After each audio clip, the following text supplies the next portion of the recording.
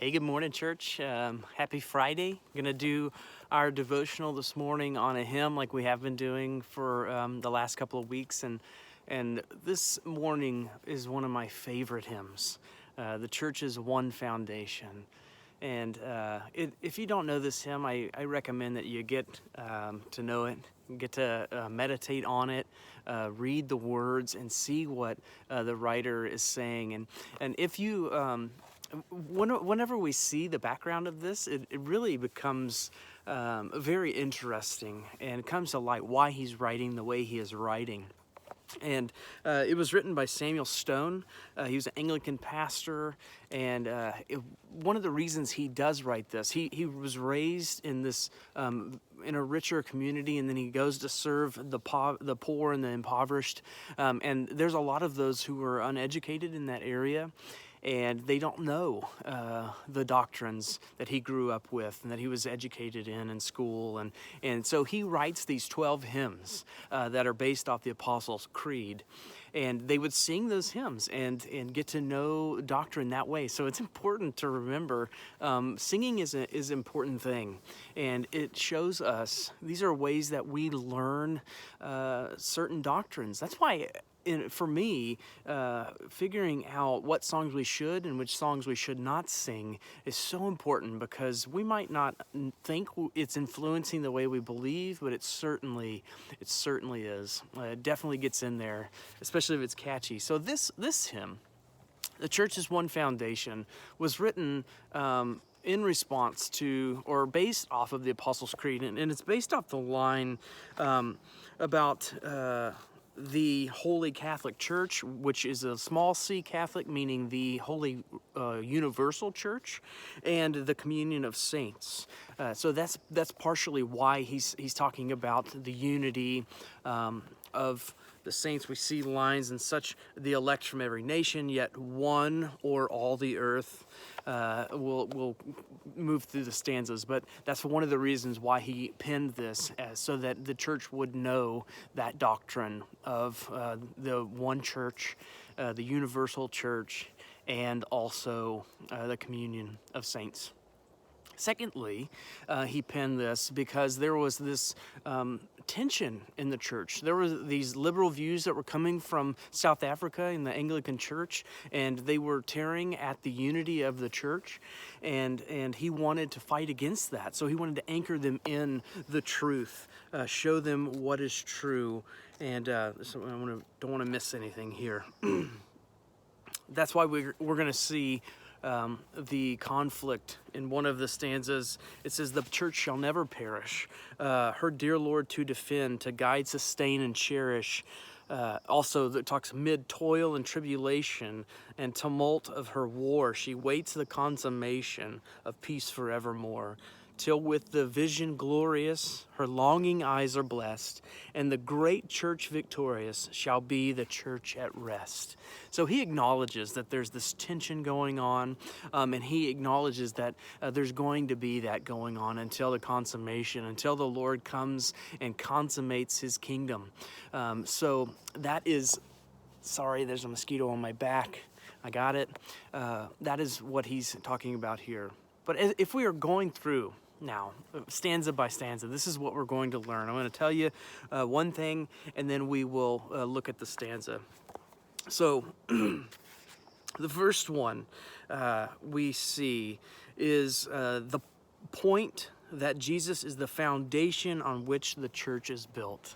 This is critical to our understanding of the church. If Christ is not the foundation, we will fall. If Christ is not what we are preaching, we're preaching incorrectly. He is the total sum of all that we are doing. He is the high point. He is our foundation.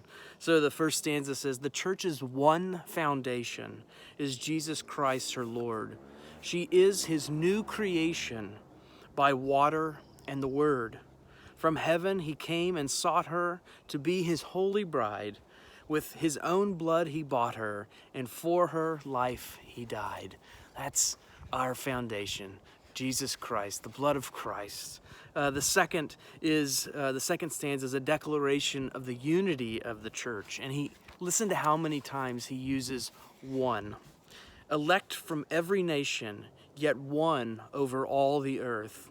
Her charter of salvation, one Lord, one faith, one birth. One holy name she blesses, partakes one holy food, and to one hope she presses, with every grace endued. The unity of the church is what he is stressing there. And that's what we need to understand. We are unified by the blood of Christ, brought together by the one Spirit, one Lord, one salvation, one baptism. Then thirdly is an acknowledgement of the threats that are coming to or fighting against the unity of the church.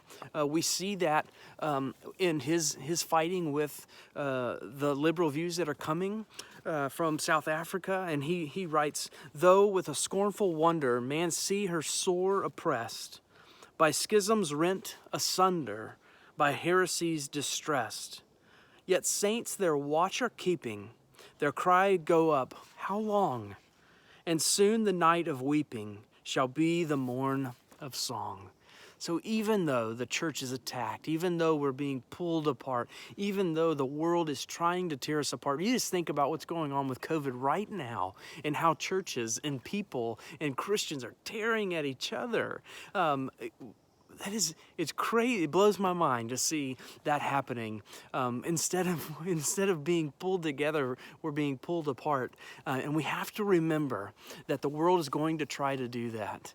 But Christ is our one foundation. We have to keep going back to Christ.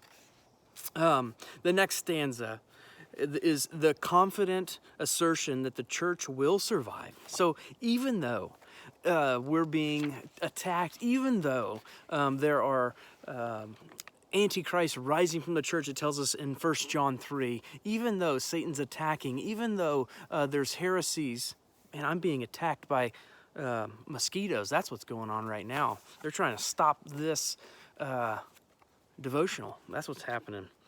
We see the threat of unity. So the church shall never perish, her dear Lord to defend, to guide, sustain, and cherish, is with her to the end. Though there be those that hate her, and false sons in her pale, against or foe or traitor, she ever shall prevail.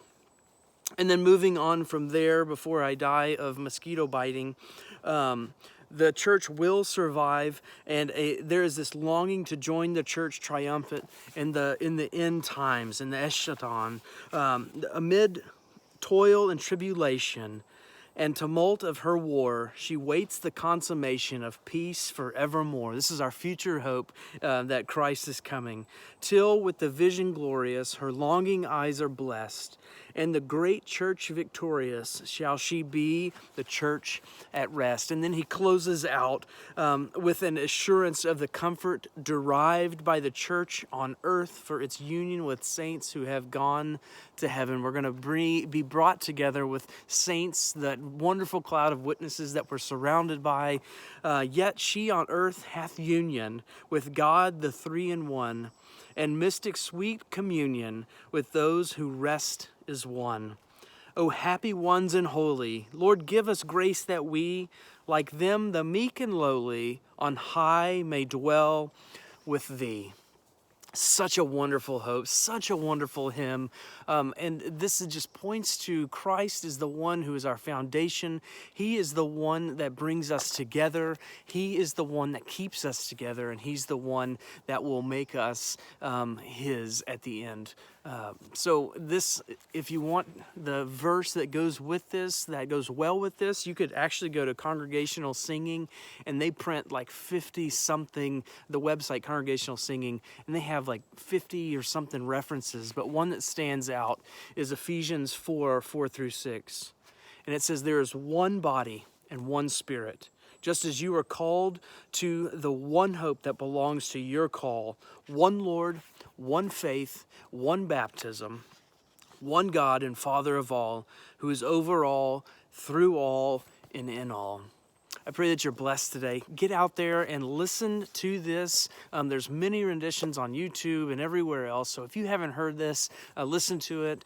Get on the internet, print out the lyrics, and meditate on them. It is such a wonderful hymn, and it's something we need to hear. Church, we need to hear that Christ is our one foundation, and we're going to be attacked like mosquitoes attacking me right now, and COVID attacking the church, and we gotta keep going back to remembering that Christ is our foundation. Nothing can tear us apart.